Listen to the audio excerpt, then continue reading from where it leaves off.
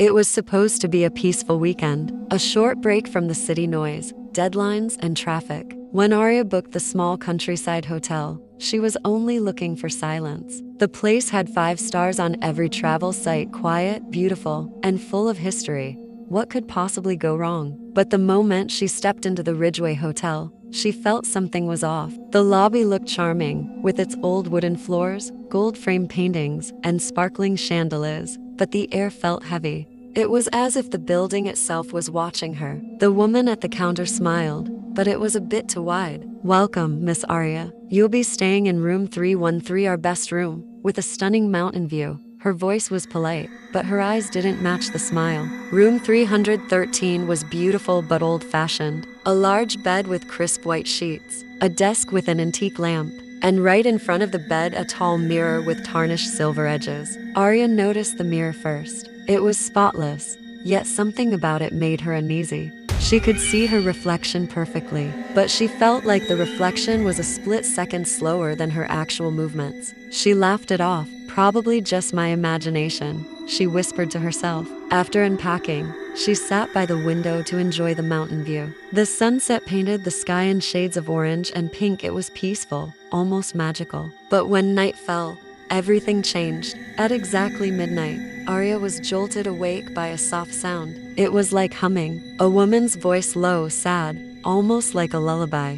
She sat up in bed. "Hello?" she called out into the darkness.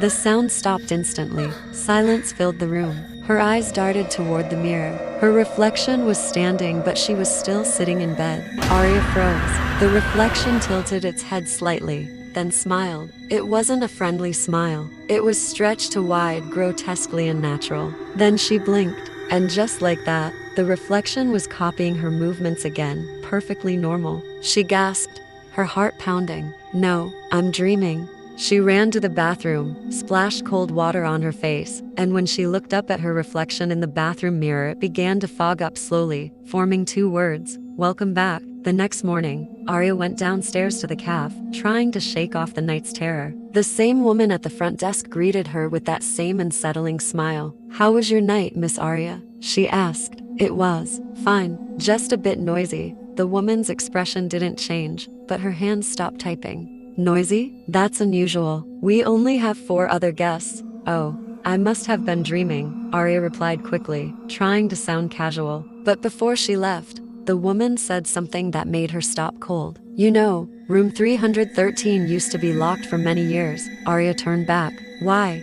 The woman smiled again, that unnervingly wide grin. "Some memories shouldn't be disturbed." Aria couldn't stop thinking about it. She spent the day searching online. Nothing. No bad reviews, no ghost stories. Just one old newspaper article from 1987. It read, "A woman named Lydia fell to her death from Ridgeway Hotel's 3rd floor window. Police said she was last seen checking into room 313. Aria told herself she would leave first thing in the morning. She just had to survive one more night. That evening, she turned on every single light in the room. She unplugged the antique lamp by the mirror, and she kept her phone's flashlight right beside her bed.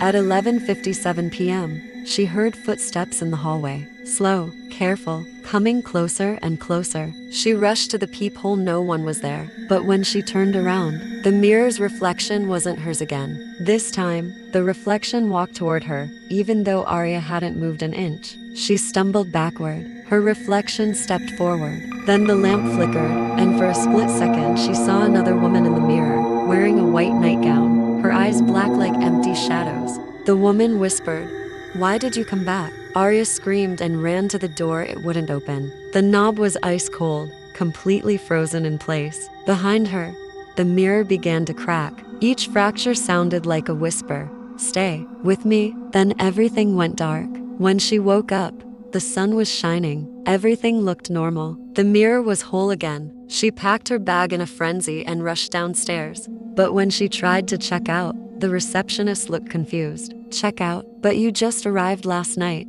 Aria blinked. "No, I've been here 2 nights already." The woman frowned. "That's impossible. Room 313 has been empty since yesterday." Aria's stomach dropped. What do you mean empty? I slept there. The receptionist turned her computer screen toward Aria, the booking record. The date showed today's check-in. There was no record of her from yesterday. Miss, are you feeling all right? The receptionist asked softly.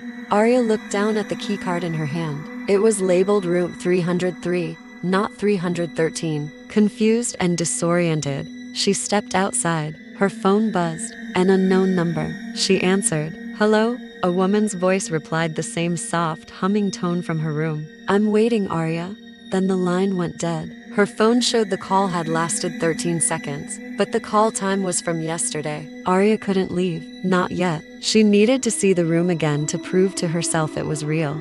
She sneaked upstairs when the staff wasn't looking. The door to room 313 was slightly ajar. Inside, everything was covered in white sheets, thick with dust, clearly untouched for years. But on the desk, there was something new. Her bag, the same one she had just packed that morning. And next to it, a photo frame. Inside was a picture of her, standing by the window. But she had never taken that photo.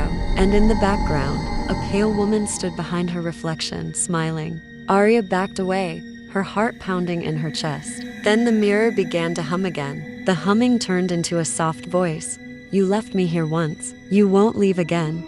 The door slammed shut. Aria screamed and threw herself against it, but it wouldn't budge. Her reflection smiled from inside the mirror, moving freely now. The woman in the mirror reached forward, pressing her hand against the glass. A faint light glowed beneath her fingers. Aria felt the air grow colder. The glass rippled like water. Her reflection whispered, let's switch places. Aria shook her head and ran to the other side of the room. The lamp flickered wildly. The mirror's surface began pulling everything closer, papers, curtains, even the air itself. Aria screamed as a powerful force pulled her backward. Her body hit the mirror, and it shattered into 1,000 pieces. Then, there was only silence. A week later, the hotel reopened room 313. The manager walked in with two cleaners. Everything was neat, dust-free, except for one thing on the floor. Among the broken shards of the old mirror lay a single photograph. It showed a woman smiling by the window, but it wasn't Lydia anymore. It was Aria.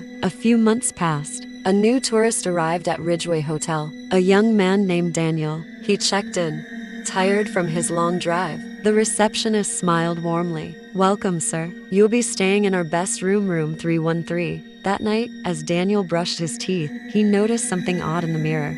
For a brief moment, he thought he saw a woman behind him wearing a white nightgown, smiling. He spun around, nothing. He laughed nervously. When he looked back at the mirror, new words had appeared in the fog, faint and cold. Welcome back. Some hotels remember every guest who enters, especially the ones who never check out. So, if you ever stay in an old building and find yourself in room 313, don't look too long into the mirror. You might see someone still waiting for you. Thanks for watching. If you enjoyed this story, don't forget to hit that like button and subscribe for more chilling tales. We'll see you in the next one.